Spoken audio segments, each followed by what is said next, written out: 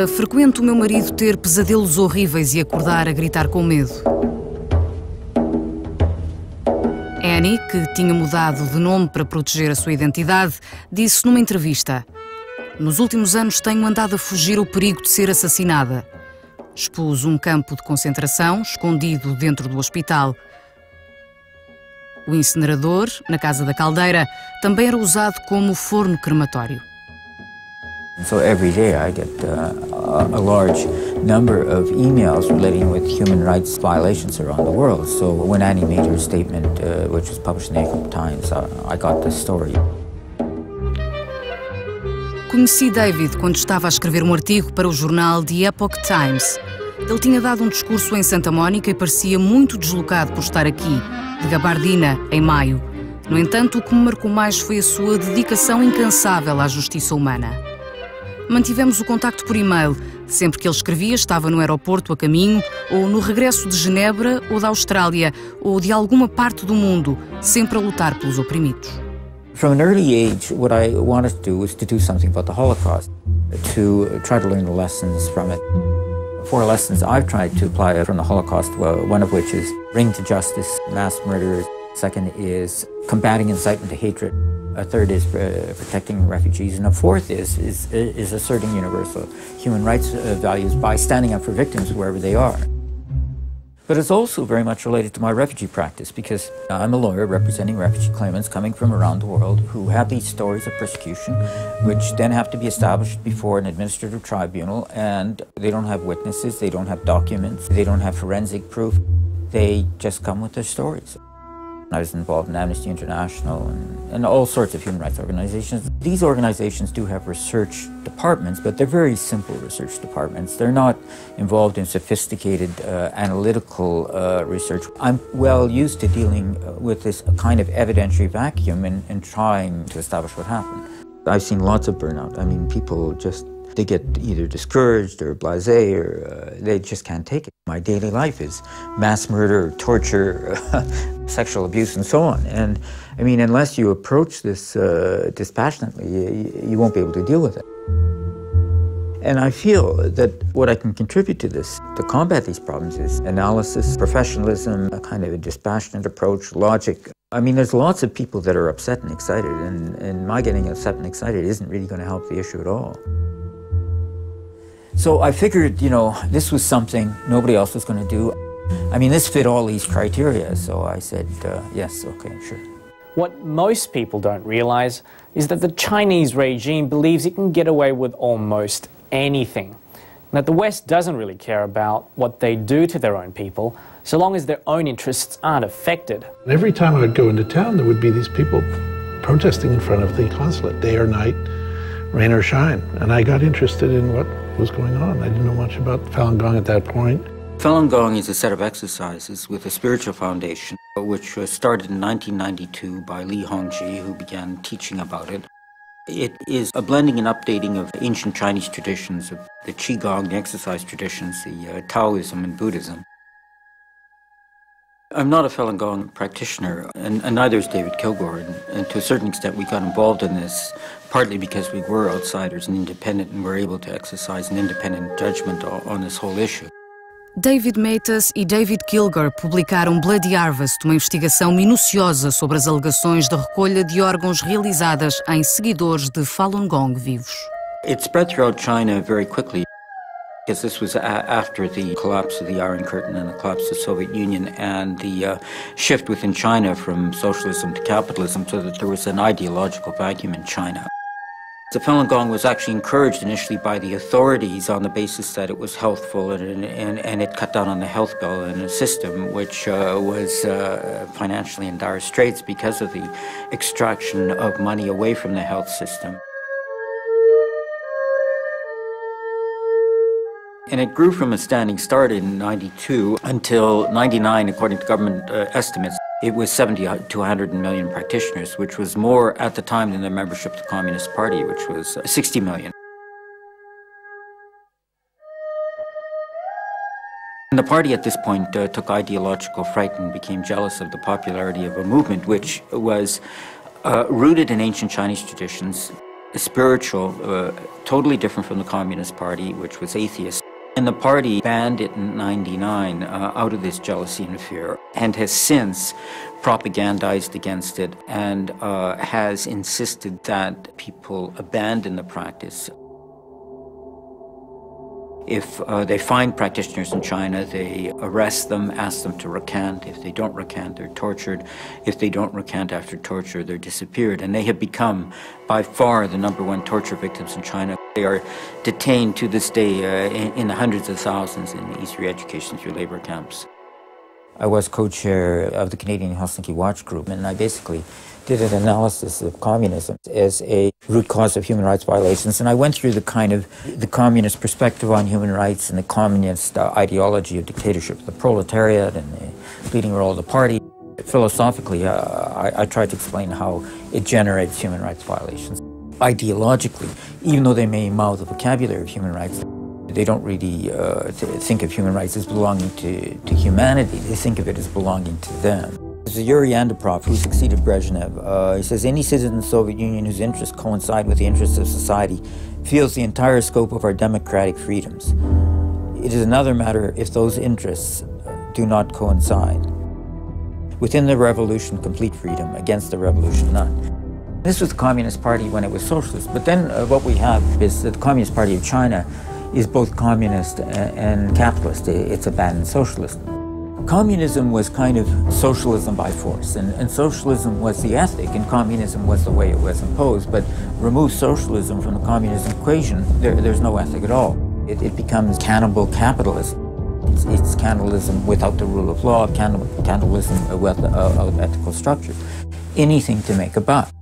I think that it's vital that the international community come to a better and clearer understanding of the Chinese regime, who they are, what they do, and what they've been doing. There are things that are happening in China which are of enormous historical significance. The persecution of Falun Gong is one of the most horrific, large scale. There were 70 to 100 million Falun Gong practitioners when the persecution started. All of them were instantly put under persecution. I had never expected to see this in my lifetime. There's no moral ambiguity. There's no shades of meaning about this. It's an evil crime, and it's happening. I mean, this is the case. We do know for a fact that there's large-scale executions in China. We do know for a fact that executed prisoners have their organs harvested unwilling, without their consent. We do know for a fact that the Falun Gong are depersonalized, dehumanized, and marginalized, repressed, persecuted, both in word and in deed, in the most vile ways possible. One of the first people we met with was the wife of a former surgeon, and she told us, I guess this was 2006, she's now a refugee living in the United States. She told us that her husband, during the period 2001-2003, had removed the corneas from the eyes of approximately 2,000 Falun Gong practitioners. Their corneas would be removed, then they're unconscious at this point. They'd be taken into another room, and their heart, lung, all their vital organs would be removed for sale purposes. 我的前夫曾经参与过摘除法轮功学员器官的手术，他是一名脑外科医生。参与摘除法轮功学员眼角膜手术，包括部分在法轮功学员活体上摘除眼角膜。我的家人告诉我说，他说你不知道我有多么痛苦，因为这些法轮功学员是活的。事情都是秘密进行的，我们医院参与的医生很多是从其他医院调过来的实习医生。这些人的器官被摘除以后，有的人就直接被丢进焚尸炉中火化，没有留下任何痕迹。What lawyers and courts do is you get in all the evidence, and then you make a conclusion after you've heard all the evidence based on all the evidence. What I was faced with this was a methodological problem. It happens in an operating room, no public access, clean up immediately afterwards, no crime scene. People are killed, bodies cremated, no corpses, no victims, and nobody to testify about what happened to them. We started setting up trails of proof and trails of disproof. let's get on all the evidence and see where it leads. Quando analisamos os factos que rodeiam esta questão, a conclusão torna-se difícil de negar. Um dado importante a considerar é o tempo. O tempo médio de espera por órgãos viáveis é bastante longo, pois os órgãos adequados a transplante devem vir de pessoas saudáveis. Consequentemente, o tempo médio de espera por um coração é de 8 meses, por um fígado é de 26 meses e por um rim é de 37 meses. A patient of mine who has been hospitalized for more than a year in my department being at the top list of candidates for heart transplantation, what we call status 1, and we couldn't find a heart for him, has come to me, approached me one day and told me, Professor Levy, I'm about to go to China in 2 weeks' time and they've scheduled me for a heart transplantation. And I looked at him and I thought that he was kidding, but he was dead serious. And that's actually what happened. The guy went to China and exactly on the same date that he was told ahead of time, 2 weeks ahead of time, he got his heart transplant. This got me going into a quite extensive research to find out how come somebody can schedule a heart transplant ahead of time. O tempo que um órgão saudável pode sobreviver fora do corpo é reduzido. Esta janela temporal chama-se isquémia. Para um rim de 12 a 24 horas, para um fígado é de 12 horas e um coração só pode sobreviver 4 a 6 horas fora do corpo. What I found was something that was obvious for many years, and I didn't know about it, that for more than 20 years, organ procurement in China from executive prisoner has been taking place under official legal knowledge of all authorities in China. And actually, organs from these executive prisoners have been used for any patients flocking from all over the world who could afford to get a transplant from these prisoners. It becomes a little difficult to differentiate between whether or not the execution is being performed for the execution or for the donation. So it's convenient. It's hard sometimes. We cross a barrier here. Is this a patient who's going to be executed anyway? Or is the execution a part of the fact, well, there's some good organs here? We know that some of the executions are timed for the organ transplants. So we know that has to be true, certainly for heart and sometimes liver transplants too. You need to time it. You have a recipient and a donor. Well, when are you going to shoot them? When are you going to poison them? When are you going to do it? Well, that's nauseating. It's disgusting. It's criminal. I read a paper in the medical literature saying that they developed a method in China where they cover a severely burned patient with almost 90% burnt with a human skin as a temporary coverage. We are using the same method all over the world with narrow strips of skin that are taken from cadavers. But this article from China said that they use a whole body skin, like a whole envelope. And I asked the surgeon, how do you freeze such a huge piece of skin? He said, no, we are not using any freezing method. I said, how come? He said, we are using only fresh. So how you happen to have fresh skin in such huge dimension? He said, no, in every given moment there are hundreds of people in China waiting for a death sentence. And we call the prison, so they shoot the person in the right dimension to the patient that I need to treat. And when I've heard that, I understand that this wonderful method that was described in the medical literature is not valid for me on the ethical basis. I cannot use it, even though I want very much to save the life of the patient that I'm in charge. 41,500 transplants over a 6-year period cannot be explained by executed criminals. What I could see in terms of trends was that transplant volumes on a multi-year basis were pretty constant before the persecution of Falun Gong and then shot up after the persecution of Falun Gong began. And then, so, I mean, obviously, one explanation is the killing of Falun Gong for their organs. So this became, it's not conclusive by itself, but it's sort of one piece of evidence in support of the allegation. For me, the safest thing is to look at what the Chinese government is saying. The Chinese Liver Transplant Registry itself, which the Chinese government-supported Ministry of Health website, has reported approximately 20,000 liver transplants from executed prisoners. So just by going by Chinese government numbers alone, and that's incontrovertible, that's their data, not someone else's, and not someone who has a political agenda with them. Their own data is enough as far as I'm concerned. I must confess, I mean, obviously this whole subject matter is very troubling, but for me, that was one of the most chilling aspects of it. Going around, talking to different practitioners around the world that hadn't met each other, hadn't talked to each other, all they wanted to talk about was their torture. I mean, that's what they knew that had happened to them.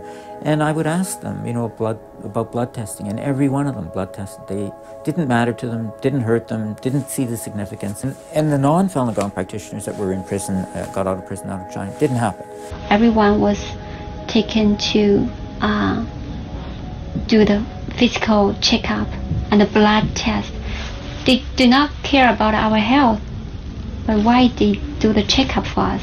She wasn't being examined for her health. She was being examined to see whether, an ultrasound, through an ultrasound to see whether her organs were in good condition for being sold. This is something unimaginable to I think, to most human beings. It's necessary for transplants because you need blood type compatibility for transplants. And it becomes much more obvious that it's only for organ transplants because they would avoid any test that had no use for organ transplants, and they would do every test that was essential for organ transplants. It all goes into a computer bank. When you arrive for your kidney, the match is made by computer, and Miss Lee is taken out of the camp to a hospital. She's given some kind of an anesthetic and a needle, and both kidneys are taken, all vital organs are taken. She is dead, and her body is burned, and it's counted as a suicide, and you get your new kidney. A trail that went somewhere wild, for instance, was the phone calls. We had people, for example, calling into China, to hospitals and prisons, and saying, do you have Falun Gong practitioners available for organs? And the answer in about 15 institutions across the country was yes. We recorded those conversations, we had independent interpreters.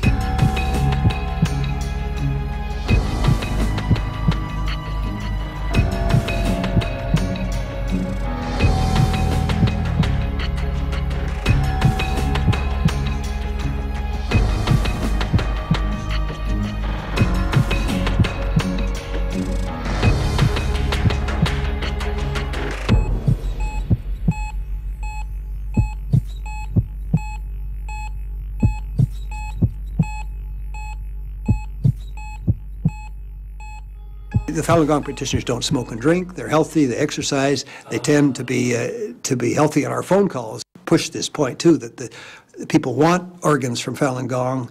That's why they would phone the hospitals and ask them if they have Falun Gong. The telephone numbers were in fact. Yes, I have the list of the phone numbers, the dates. Believe me, I used to be a prosecutor. I knew that there would be cynicism, and I did my utmost to make sure that everything was satisfactorily and properly and correctly and ethically done. Like we had websites of hospitals advertising wait times and at prices, boasting about how much money they were making. O website da Rede Internacional de Transplantes da China afirma que pode encontrar dadores de órgãos imediatamente. Uma outra página afirma: antes do transplante verificaremos a função renal do dador, por isso é mais seguro do que noutros países, onde o órgão não vem de um dador vivo.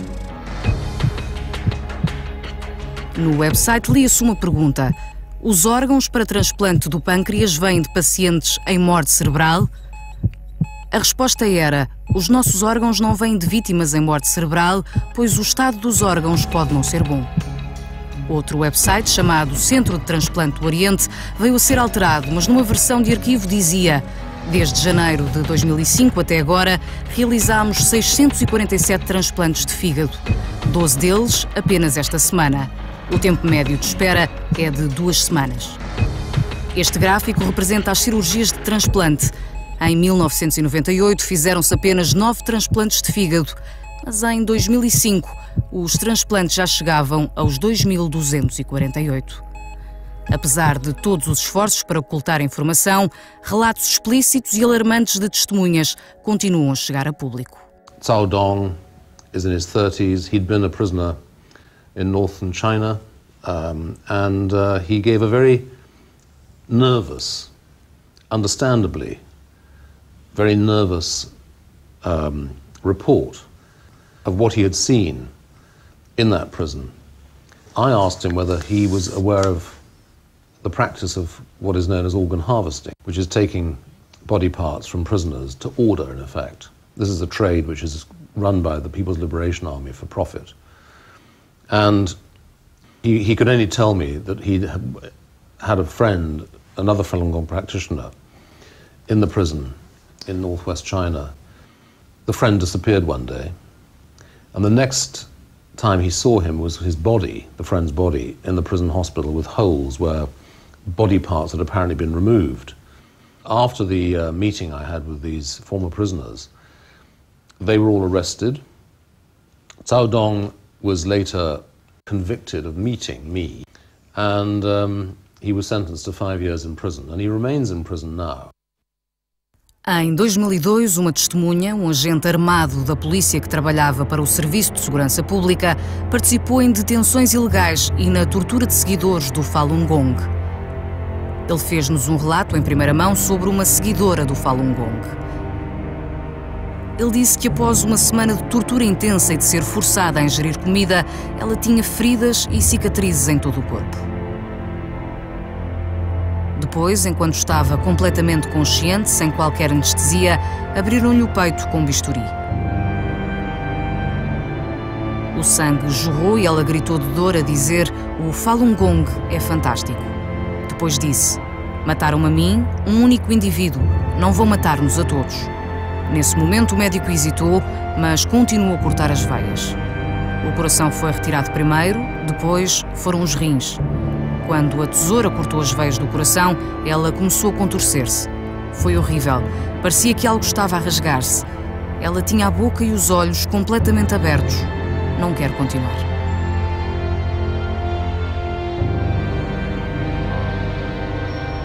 What happens in China has ramifications elsewhere. As long as China becomes a cheap route for the wealthy in those countries to buzz off to China, get an organ from executed prisoners, why would those countries work to develop effective alternatives within those countries to address the needs of their people? In no country that we know of, and in no country represented in the World Medical Association, in which there are 83 national medical associations from all over the globe, in no one it is allowed to sell and to purchase an organ for transplantation. So the Organ Transplant Center, the Armed Police General Hospital in Beijing, our Organ Transplant Center is our main department for making money. So what you've got is now these army hospitals killing Falun Gong practitioners for their organs is a way of making money.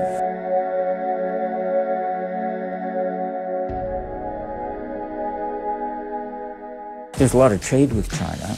China has slave labor camps where about half of them are Falun Gong practitioners. Nobody can get in, nobody knows the exact numbers. There's this Laogai Foundation that makes estimates, but it's between 2 and 4 million people. And the people we talk to get out, you know, they say they're making these products which they see on Western shelves or components of them. And so China's underpricing the market. I mean, if you look at a lot of stuff you buy in stores, a lot of it just says made in China. It doesn't say made in China by slave labor, but that's likely to be the case.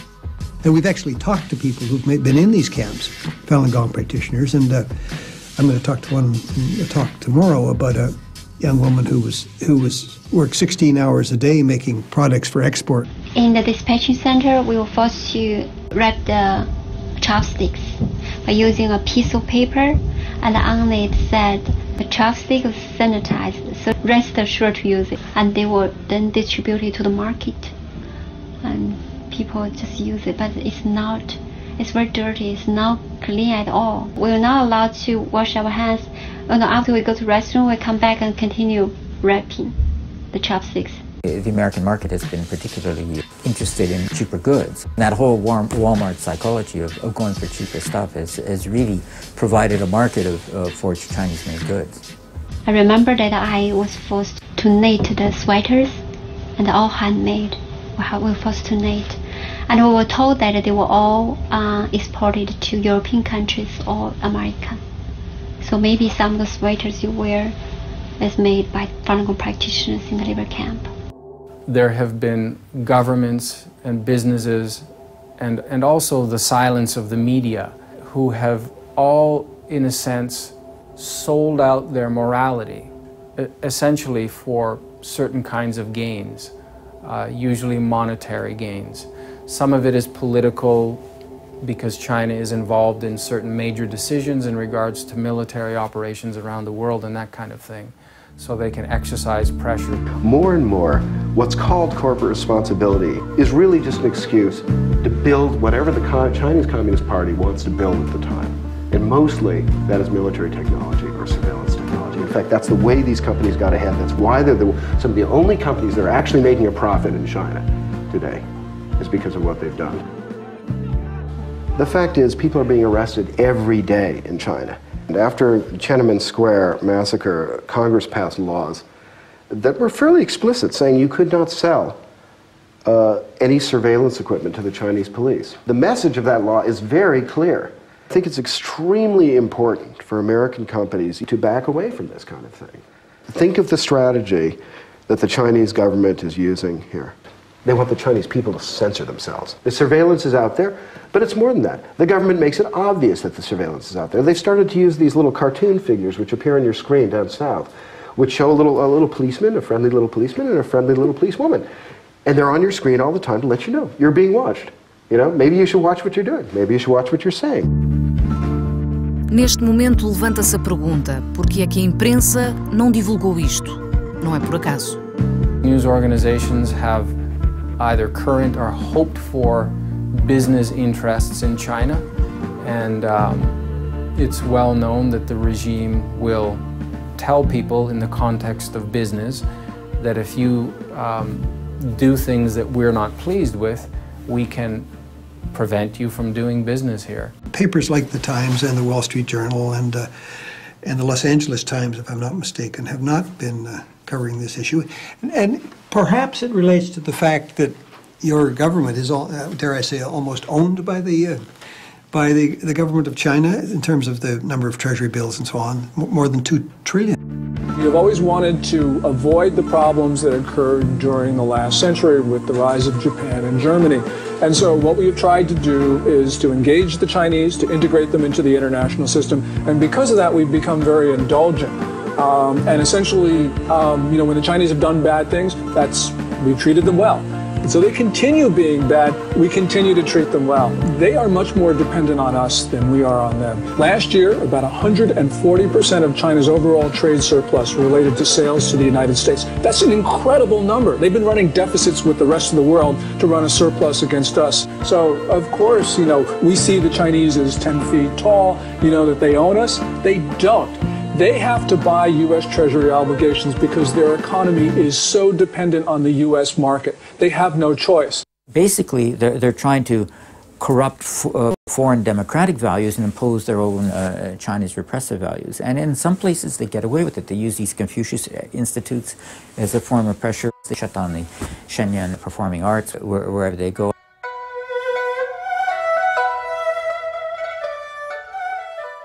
There was actually a lawsuit in Israel where Tel Aviv University shut down an art exhibit of Chinese art on the request of the Chinese embassy because there was a Confucius Institute there, and then there was a lawsuit about it. Ever since, the 1989 Tiananmen Square massacre, where they killed many unarmed students, they've been trying to control the media because that exploded around the world, that incident.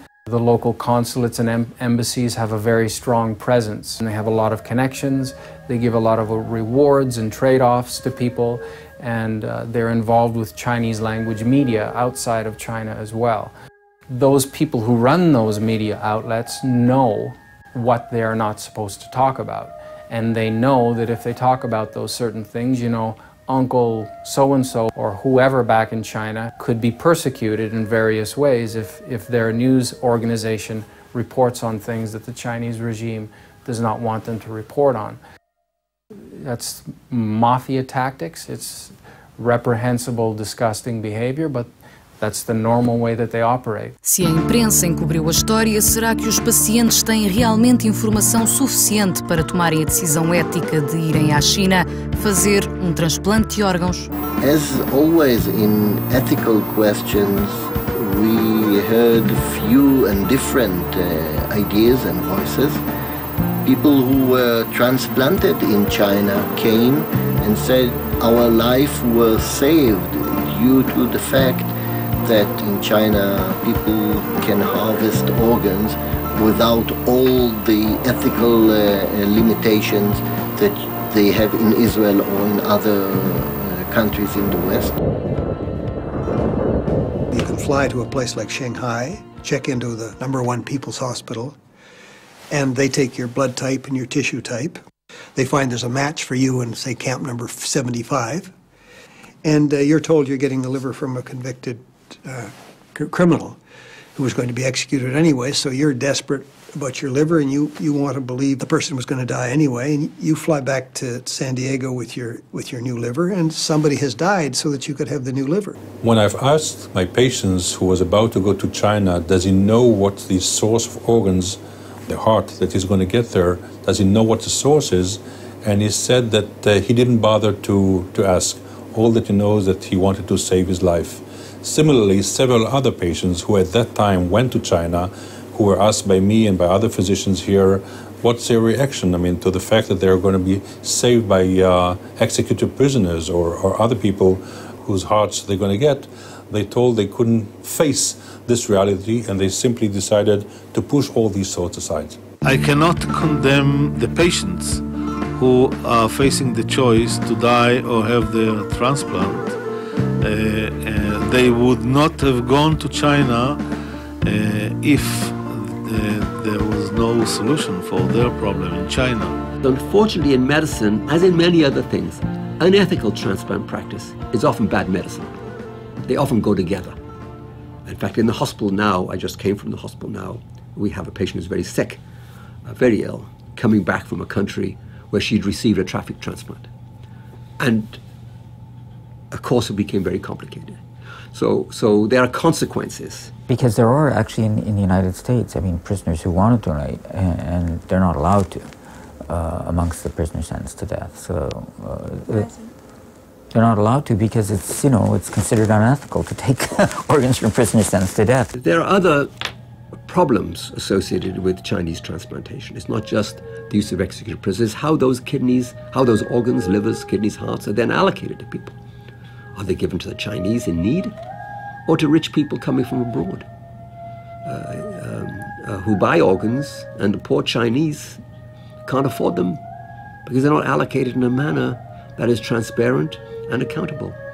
And unfortunately, and I'm not saying this, the Chinese government itself has said it, there is a corrupt money chain that's associated with the organs that are taken from these executed prisoners. Corruptive money chain that is hard to stop once you've started it. There's a tendency to think of any new medical development as a benefit to humanity. That's certainly the intent of its developers, but medical research, no matter how far advanced, comes face to face with the same old capacity for good and evil.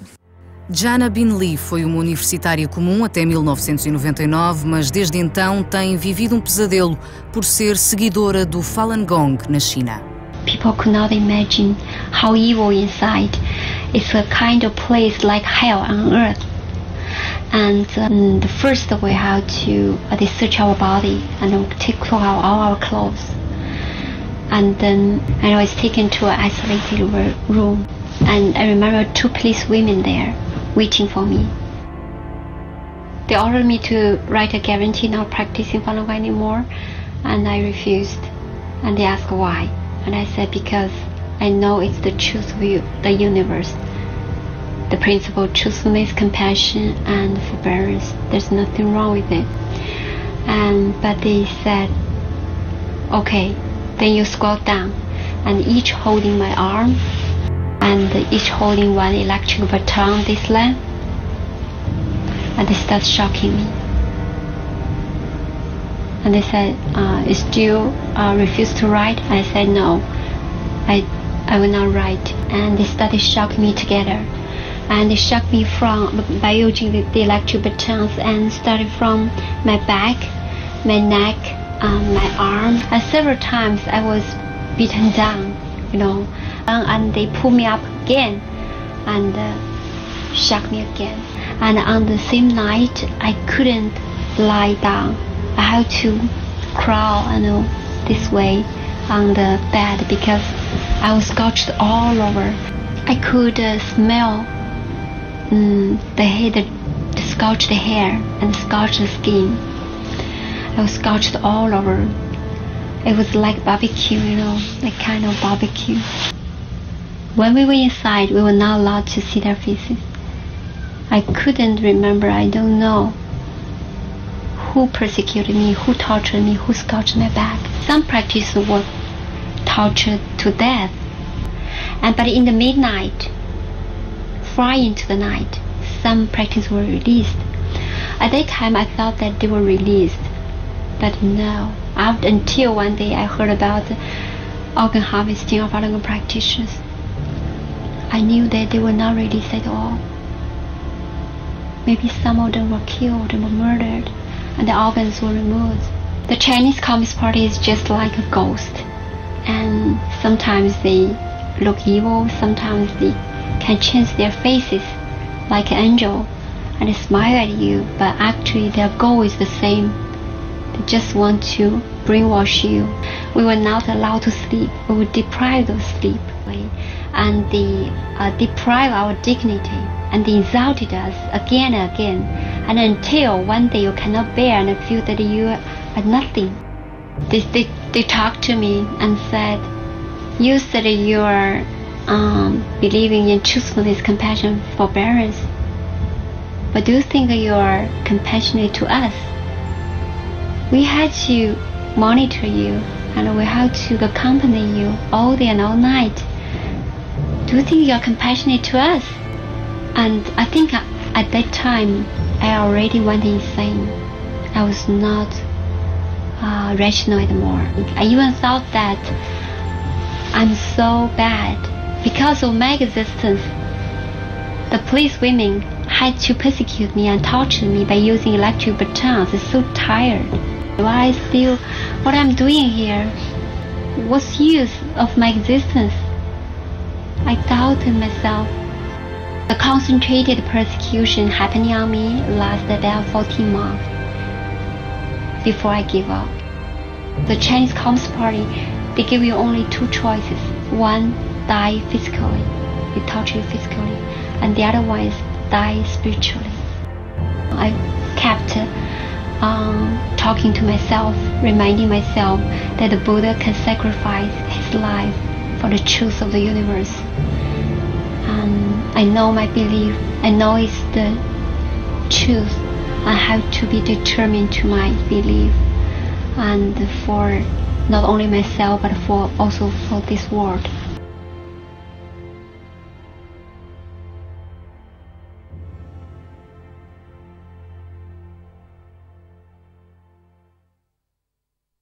Há país que se tornou exemplo de como governo, liderado pelos seus próprios cidadãos, pode resolver esta crise coletivamente, com compaixão, de forma eficaz e com sucesso. There's a mixture of religious and social and ethnic background that makes a lot of people reluctant to donate organs after their death. Consent rate for organ donation in Israel has been low compared to all other Western countries, being in the 40–45% compared to 70 or 80%. We know that there are Israelis that are sent from here, financed by their medical insurance organizations, to have organ transplantation in China. I asked for this special discussion in the Knesset today to make sure that we do not participate, we do not finance people to go to China to have such an organ transplantation. Once we've published all the results of the Chinese organ procurement from executed prisoners in Israel, and Israel's main newspaper has published it in one of the big, huge exposé, our parliament, the Knesset, has convened, and at that time the new organ transplantation law has been discussed with the specific committee in the parliament. And we, together with my friends, made sure that one of the major clauses in the organ transplant law would be banning of any reimbursement of transplant of Israelis performed abroad in case these transplants are performed in countries where organ harvesting is done against international laws and against the Israeli law. So from the moment the Israeli new law has been accepted by the parliament, this was in March 2008, no Israeli has gone to China to accept an organ over there. O Dr. Levi e os seus colegas conseguiram resolver a crise da escassez de órgãos ao introduzirem uma cláusula inovadora na legislação que encoraja as doações de órgãos e assegura que a atribuição de órgãos é justa. Esta cláusula define que as pessoas que se declaram oficialmente como doadoras de órgãos têm prioridade na atribuição de órgãos.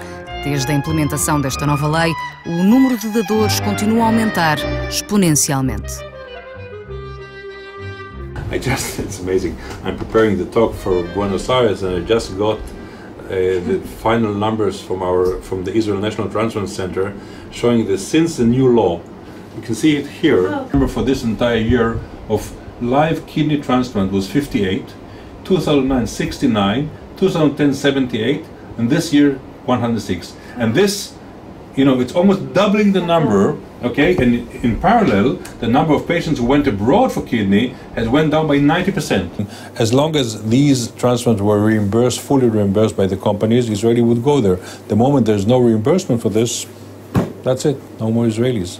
And I wish other countries would do that. At this point, all roads lead back to China. I think people have, as collective groups, such as businesses, media, and government, vital and urgent decisions they need to make, because when something this horrific and this drastic has been going on for over 10 years, and people are just turning away, mostly in exchange for a buck, I believe it's urgent and vital, and that people really have to stop and think when they're making the decision to turn their backs on one of the worst persecutions that have occurred in history. As an individual, I can focus on human rights, I can focus on killing a Falun Gong for their organs, but governments have economic constituency, a political constituency, they've got military considerations, they have to balance off one against the other. If diplomatic efforts fail, it is up to the medical community to do what it can in order to stop the Chinese colleagues from doing that. We, together with several American friends, have published several calls in international medical journals calling for a boycott or banning of any publication coming from Chinese physicians which are based on organ transplantation, the source of organs being executed prisoners. And hopefully, by concerted efforts of all medical associations around the globe, we'll be able at least to stop academically all Chinese physicians and to cut this chain of atrocities which is taking place in China. I saw it as an example by which we would address the problem of transplant organ trafficking and tourism, that we recognize a problem and as a community try to address it, and hopefully the conclusions and our determination will become part of the bone marrow of anyone dealing with organ transplant donors, to know that the rights of the donors have to be protected, and that the recipients have to be protected, and that organs have to be recovered in an ethical fashion and allocated to people in an ethical fashion. The use of executed prisoners is a cheap trick. It's easy to get them, And as long as it's easy to get organs from executed prisoners, the pressure to develop alternatives will be less. The fact that it's abhorrent, it needs to stop, and it's a crime against humanity has been stated over and over. The WHO has said it. The question is, can they develop an alternative? But it's going to be a long time, I think, before they develop that in a manner that can address their needs. The Chinese government says that they're trying. I just have a sense that when the Chinese government really wants to do something, they do it. They interfere with many things outside of their country when they're trying to silence people who are raising awareness about their many human rights abuses. What did I do about it? Well, I told people about it. I think that's the best way to address these kinds of things, is to make it known to people. My own view is when you're talking about human rights activism, it's not one magic button that you press and all the problem just goes away. I think it's anything and everything, and different people can do different things. I mean, even if you just tell your nearest relative, I mean, that's something. You can write a letter, you can send an email, you can raise it with your member of parliament. A lot of people are members of non-governmental organizations and they get them involved. And you get enough different people coming from enough different directions, then the whole thing collapses. I was involved in the anti-apartheid movement, and it looked as powerful now as the government of China is, and it just collapsed almost overnight. Or I was involved in pushing back the Iron Curtain. Again, it collapsed almost overnight. And I was also involved with the national security state problems in Latin America, and again, they've all gone. This kind of repressive power that you see in China, the Communist Party, it's very brittle. It's hard and brittle, and you know, constant little pieces of pressure eventually just make it collapse all at once. Mobilize enough people who know the truth, and all this sham of power disappears. The more pressure we put on China, the more, not just doctors, but governments and people, make it clear to the Chinese authorities that this is unacceptable, I think the more effective we will all be. I genuinely would want to see Chinese enter the world of organ transplantation, become part of the international arena. They have a lot to offer. And I do believe, actually, that those progressive forces in China actually welcome press and professional and governmental attention that's been given to this, because I think it strengthens their hand. People in China and all other countries, they interact, right? And people in other countries can also influence Chinese people. If more people know the truth, to make efforts to rescue Falun Gong practitioners, it's equivalent to saving people there. If more people awaken, and they will quit the Chinese Communist Party. Although I experienced a lot, and so much pain and so much torture, I do not regret. I think using my own experience to let more people know about the truth and to awaken Chinese people who was not aware about the truth, I think it's worth it. We call everyone's attention to the persecution that's happening in China of Falun Gong practitioners, because it's the most important thing today in the world. Why? Because you know what is Chinese Communist Party doing? The Chinese Communist Party is undermining the base for the existence of human beings. What's Falun Gong? Falun Gong is about the principle of truthfulness, compassion, forbearance. Without this principle, the world has no future. A história já nos mostrou que os abusos aos direitos humanos não têm fronteiras. What you see is that human rights violations are not self-contained. If you don't stop them, they spread. There's a tendency, at least initially, for people to say, that's not me, I don't have to be concerned, but human rights violations aren't just an attack on a defined group, they eventually just get a lot bigger. With the Holocaust, 6 million innocent Jews killed, but there was 37 million civilians killed, and 31 of whom were not Jews. And it's a direct result of the anti-Semitism, which wasn't stopped before World War II. It stopped the anti-Semitism. And, I mean, the 6 million Jews would be alive, but 31 million others would also be alive. Oppressors have a very easy time in oppressing their home constituency, because they control the home territory, but they can't repress the whole world. So outsiders have the luxury of saying something that the people inside don't have the ability to say. And secondly, the repressive government feels it doesn't even really need the support of people inside, because they can just throw them away if they don't agree. But they can't do that with outsiders. In a perverse sort of way, these repressive governments care more about what outside opinion is. Archimedes said, give me a big enough lever and I can move the world. And in Winnipeg, I'm far enough away that I've got as much leverage as one could possibly get. Part of the reason I got involved in this issue is that I'm not Chinese, that I'm not Falun Gong, that China's a long ways away, that this is a strange and different place. And I think if you're going to assert human rights, you have to jump across that kind of ideological, linguistic, racial, religious, spiritual divide to assert the unity of humanity. What we need to do is take that leap to help people who are victims who are not us. People have to see that they themselves are involved in this, that this threatens them, which it does. Encontrei esta citação da Segunda Guerra Mundial. Primeiro, perseguiram os socialistas e eu não os defendi porque não era socialista. Depois, perseguiram os sindicalistas e eu não os defendi porque não era sindicalista.